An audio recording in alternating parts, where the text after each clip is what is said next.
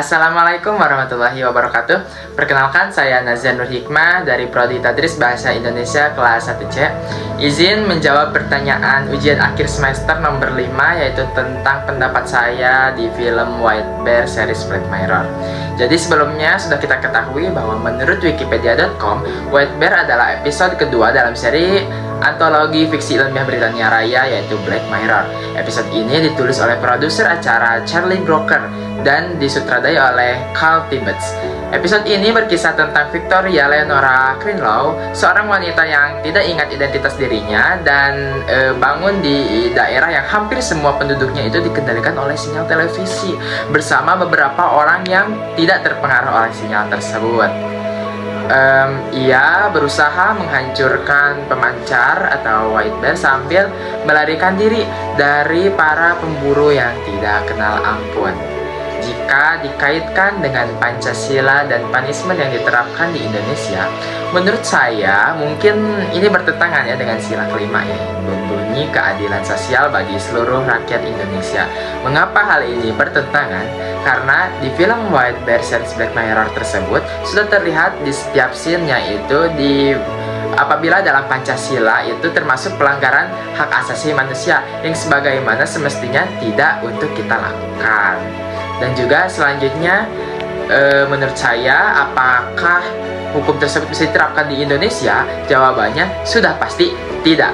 Karena di dalam film tersebut, hukuman yang diterapkan tergolong ekstrim dan melibatkan penyiksaan terus-menerus terhadap narapidana. Sedangkan di Indonesia, hukuman harus sesuai dengan prinsip-prinsip HAM dan keadilan. Bukan hanya itu, kita di Indonesia itu hidup dengan beraneka macam agama dan adat istiadat yang memang jika dilihat dari sisi manapun itu tidak dapat diterima dan tidak dapat dibenarkan. Dan dalam konteks hukuman di Indonesia, penting untuk memastikan bahwa hukuman yang diterapkan sesuai dengan hukum yang berlaku dan menghormati martabat manusia. Menurut saya lebih baik menerapkan pendekatan atau rehabilitasi dan juga reintegrasi sosial bagi narapidana sesuai dengan prinsip-prinsip peradilan pidana yang adil dan kemanusiaan. Mungkin itu cukup sekian pendapat dari saya tentang nomor 5. Selanjutnya nomor 6, yaitu tentang kasus Brigadir J.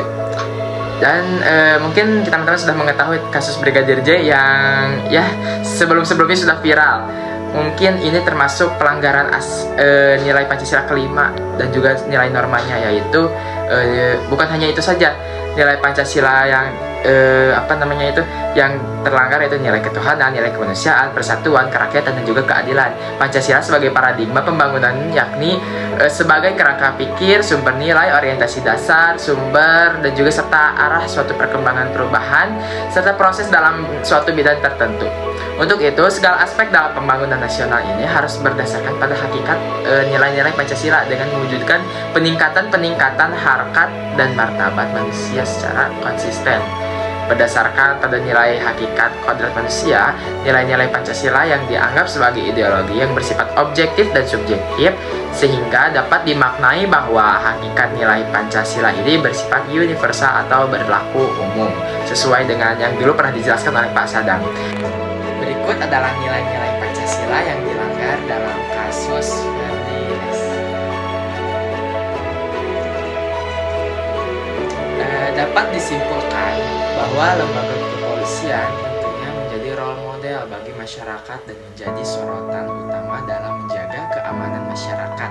Sudah seharusnya lembaga kepolisian menjalankan tugasnya yang sudah tercantum dalam Undang-Undang Nomor 2 Tahun 2002. Pasal 13 tentang tugas pokok Polri, lembaga penegak hukum harus berpegangan pada Pancasila agar berjalannya hukum secara tertib dan damai sesuai dengan nilai-nilai yang terkandung dalam Pancasila.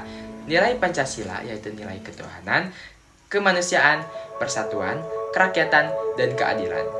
Lembaga penegak hukum dan sesama manusia mampu mewujudkan peningkatan harkat dan martabat manusia secara konsisten. Nilai-nilai Pancasila dianggap sebagai ideologi yang bersifat objektif dan subjektif.